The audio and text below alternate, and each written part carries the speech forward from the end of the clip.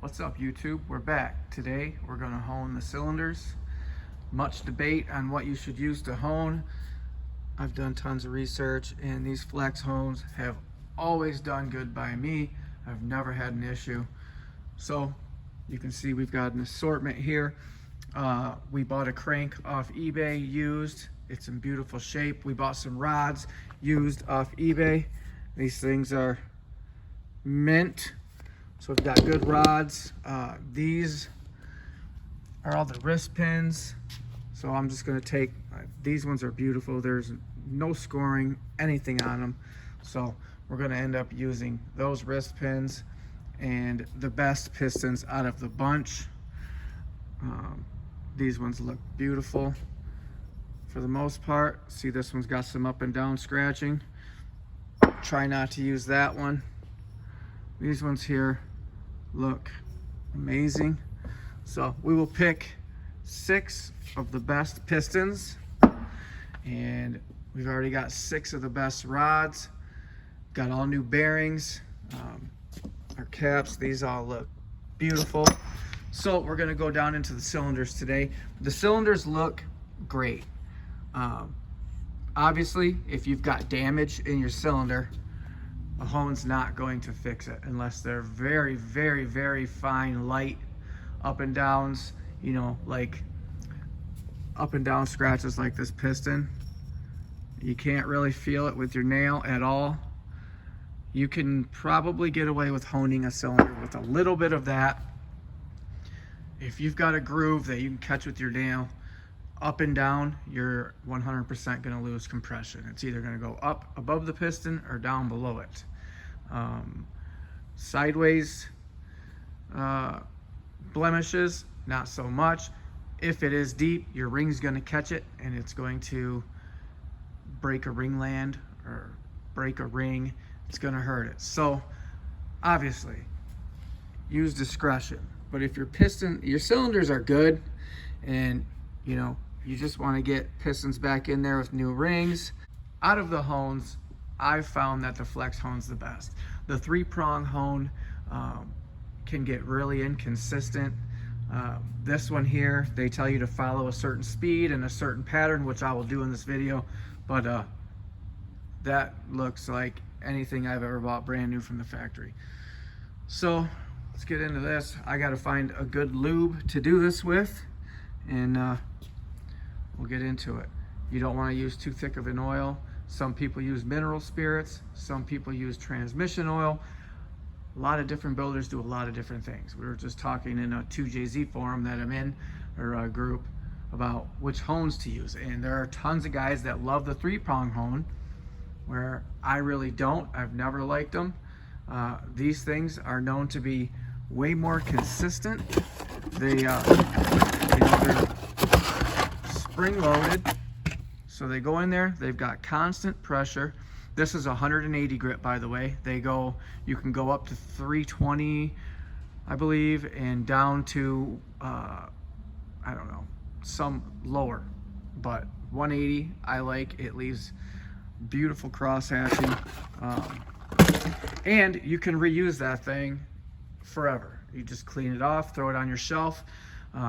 You know, VR6, I can do tons of different cylinders with that. That's a very common size, 83 millimeter. So let me find some lube, the lube I want to use. I want to clean these out, make sure there's no grit in there. I don't want any help from any sand or dirt. And then we'll hone one out, see what it looks like. I found some. Flex Hone's website says you can go with just 30 weight. I found an old bottle here. It's gonna work. I've already done 2 cylinders. Can't show you yet. I want you to see the before and after. So let's see. Let's go with this cylinder here. You know, you can see the ring around the top there. You can't really feel it, but you can see it for sure. Look down in this cylinder. It's a little dirty. We'll clean it out. But you know, you can see it's a little bit glazed over. You can't really see much cross hatching. Let me wipe this out and we'll see what it looks like. Got her cleaned up. Got some light on the situation. Now you can really see what we got. The motor did run when I got it. I drove it into the building, just had a really bad rod knock, which was the rod bearing on the crank that basically disappeared. So let's oil this up and get the hone going. All right, my dad always said, you gotta get it moving, then stick it in the hole. You can't just stick it in there straight. Like that. You never go full speed. I don't know why. At about this speed here, straight in, straight out. And I don't think there's any real number as to how many times you go in and out.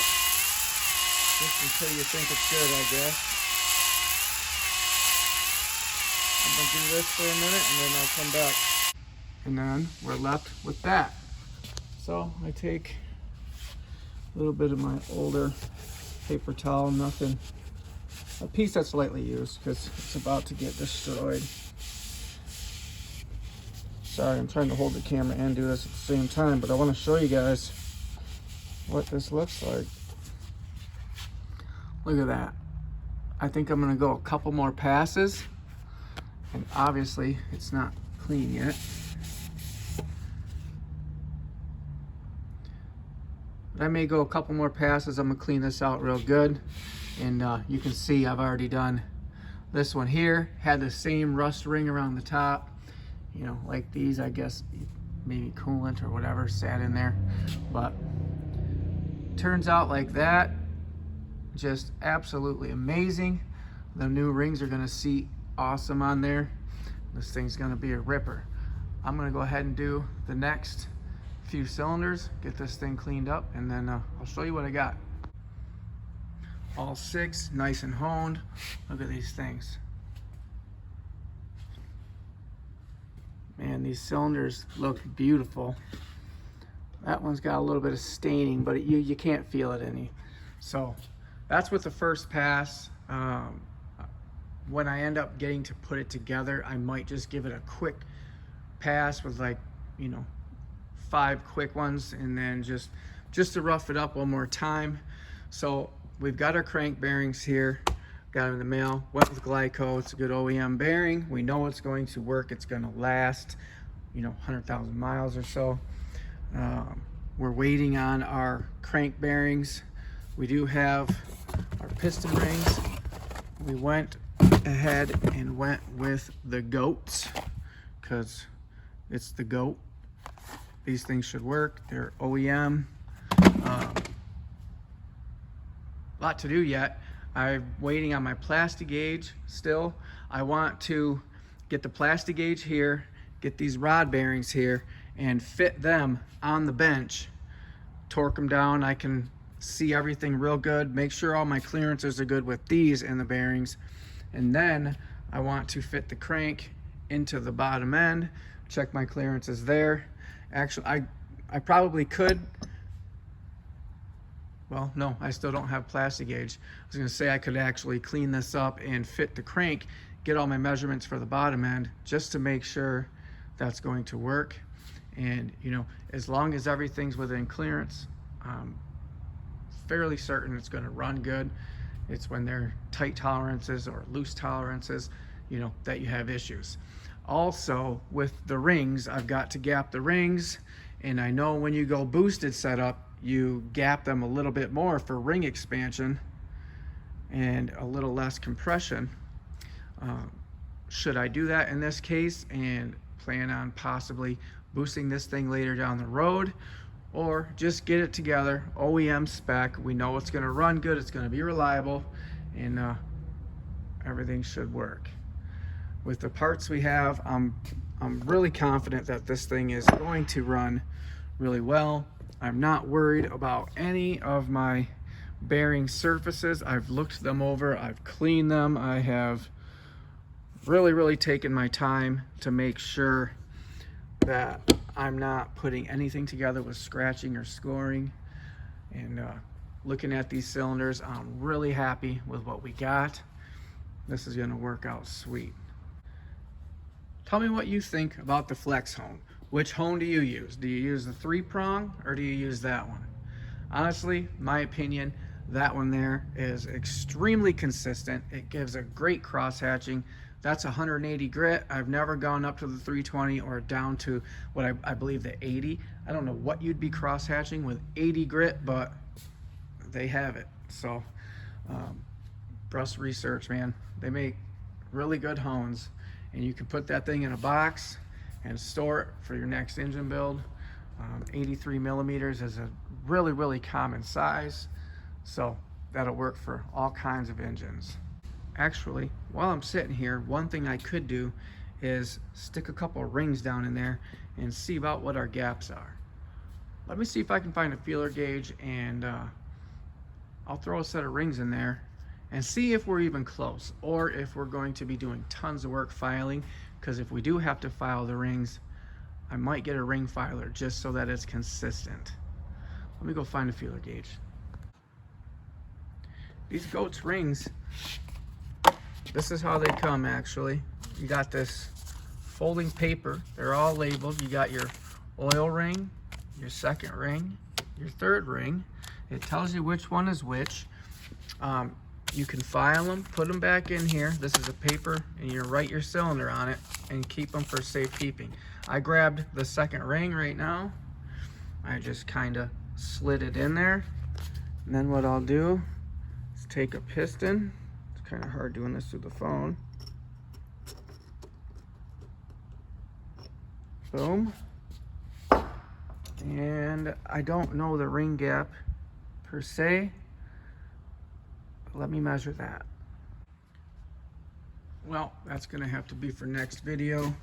I don't have any feeler gauges that have the sizes I need. In my opinion, the ring gap seems a little bit bigger than I thought it would be, but I am searching online. I can't really find a definitive answer on OEM ring gap for the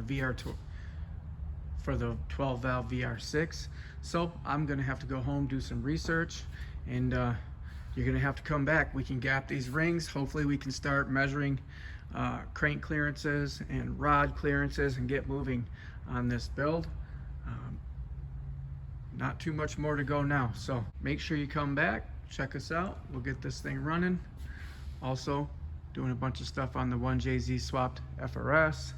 Travis is working on the wide body Evo. Hopefully we get this thing running again, and it runs good. So make sure you come back, check us out. Peace.